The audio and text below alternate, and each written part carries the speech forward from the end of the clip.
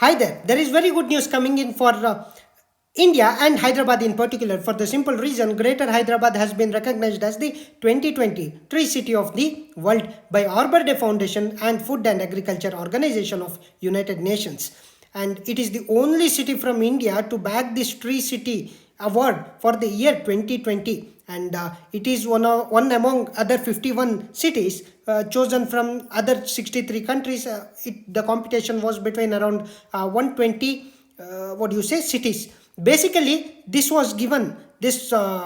tree city tag was given for the commitment towards growing and maintaining its urban forests, and it is a very good thing that Indian city has been chosen, and it also becomes a model and reason for other cities to follow this tradition of having trees and environment as part and parcel of town planning, smart city planning, etc., etc. And they say that Harita Haram program, it is also states, that is the Hyderabad, or you call it Telangana's program to efforts to improve the green cover as part of Harita Haram program. That means state government is following one very very important policy to promote green cover across the state, and even including in the cities. So what are the criteria chosen? Say basically there are certain criteria when certain awards or certain tags are given to certain cities, and one important aspect is that maintaining and giving fillip to the plantation, maintaining the maintaining of those trees and urban forests by civic groups and also citizens, and also there should be a law in place to take care of that available patch of green land, available patch of that green cover, which is providing us free service. We seldom times recognize that free service and we take it for granted. So a very important thing, what are urban forests? Urban forests are nothing but patch of green lands or patch of plantation or trees planted in the cities or outskirts of cities. The ideal should be to make sure that they are not just at the peripheries but also within the core of the city itself. But at times what happens is, due to too much of developmental pressure and urban agglomeration pressures, that these urban forests are located at the periphery, and so at certain cities they are also maintained along with the development aspects, which will become very important in the sustainable planning model, and also that cities will have the greater advantage and benefit of having the environmental services very near to it. And we must also understand these are the criteria which are generally followed by most of the cities, or the 52 other cities which have got the tree city tag. And it becomes very important model and lesson for other cities, so that in the year 2021 or in the upcoming years, that this tag must be bagged by even by the other Indian important cities who are also making sure or giving enough space for the environment along with its development. And if any of the cities which are forgetting the role and importance of environment along with its development, that means it is calling or it is inviting the disaster, which is very intrinsic in its nature. Uttarakhand can be a very good example, for the simple reason that when development becomes necessity, when hydropower production becomes necessity, make sure very core of the nature isn't imbalanced, make sure that isn't destabilized, because without the sustainable capacity of that nature, the very existence will become impossible. It is what many of the environmentalist, glaciologists and even other experts are saying, that not just in Uttarakhand, it is all over the world. It is the very common sense that if you are disturbing or destabilizing for your developmental projects or processes, environment is completely clean, make sure that your own existence will be cleaned very soon. That is what experts say. Hence that environment should become intrinsic part and parcel of our life system, our developmental models. Because simply put, sir and madam, let me also tell you that when we are seeing this green patches, it is not just comforting feeling, it is also the it is also as bioindicators, they are also telling us the nature or the pollution levels or the very health of that ecosystem. See, trees, they provide us very easily known fact that they provide us food, fodder, fuel, etc, shelter, whatnot. And most importantly, in the urban areas and even otherwise, they play as the very important and vital role in acting as a carbon sink to capture the available carbon, which is the greenhouse gas outside in or around us. And they are the pollutants which can be easily captured by these trees, these greeneries, which act as saviors to us. Otherwise, without this greeneries, it will become very difficult for the human existence. Let me also tell you, our too much of development without taking care of the nature itself, what will happen? The basic thing will happen is we will all become robots without the need of oxygens. Or a day might come when very sustainable, what do you say, the spirit of earth may get vanished, and only the dry lands can be seen all over. And when at that time humans existence might be a mere symbolic thing, because without the nature's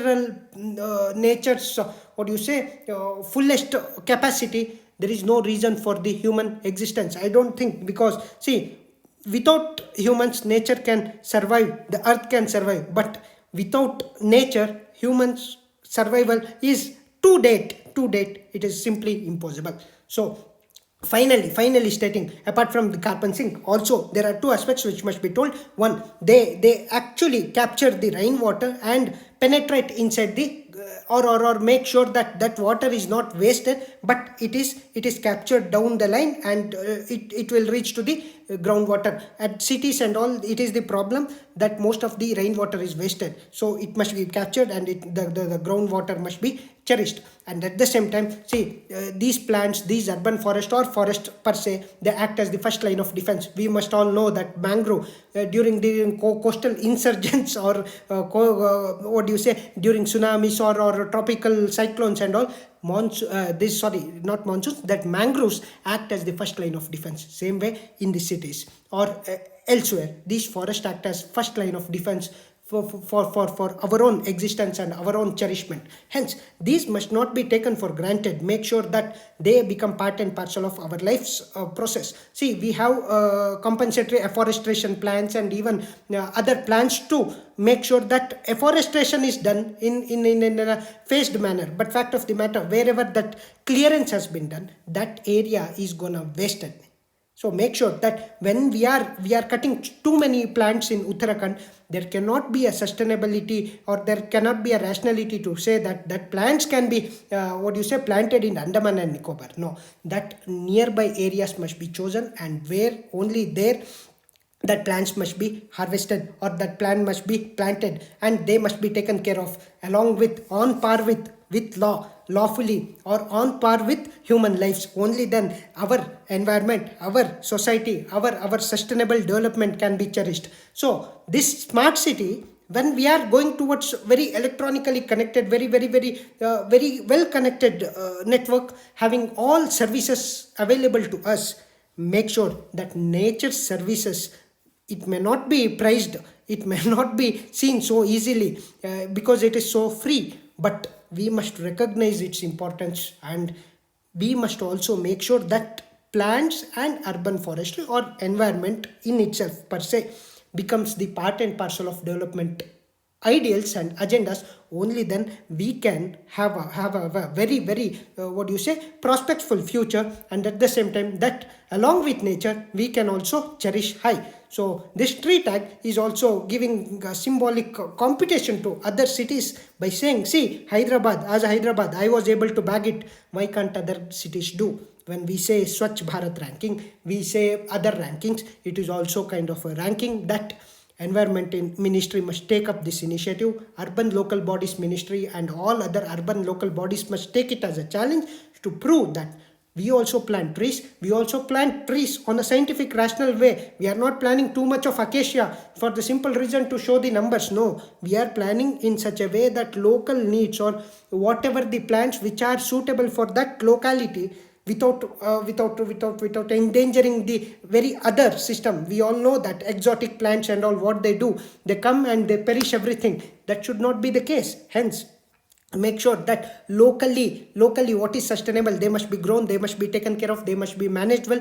The civic society as well as government come hand in hand and play as a vital role. And urban forestry is also a very important thing which is growing prominence. At the same time, that urban forestry is also resourceful, and which can be, that resource can be used by the state itself, or the public who take care of it.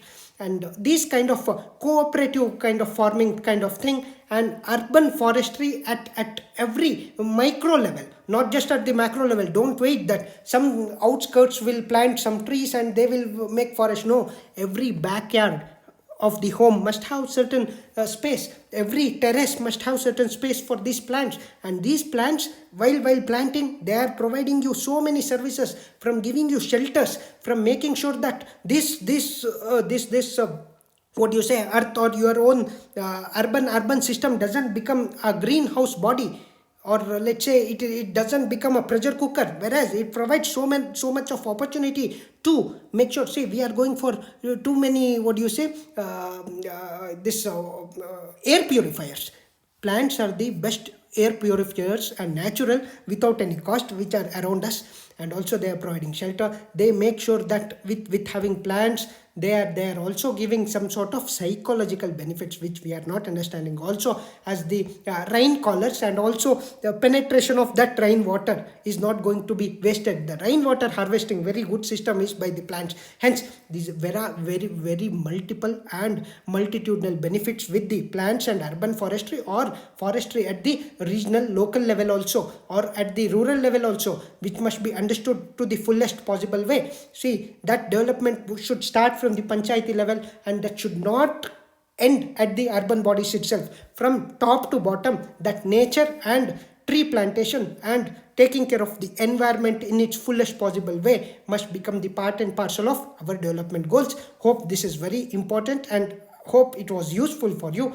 Thank you very much for joining in this discussion. And once again, congratulations to Hyderabad and FAO. We all know, UN body, and Arbor Day Foundation is a US NGO which promotes plantation of plants, and also taking care of plants across the world. And that is a kind of NGO. And apart from that, we must learn from our history. We must learn from our heritage, how our ancient people, our ancient system maintained nature, have respected nature, how they have given the prominence to the mother earth and environment in every walk of their life. That should become our mantra for new India. Think. Dhanyavad. Jai Hind. Signing off. This is Shreyanka S Ranade. Thank you.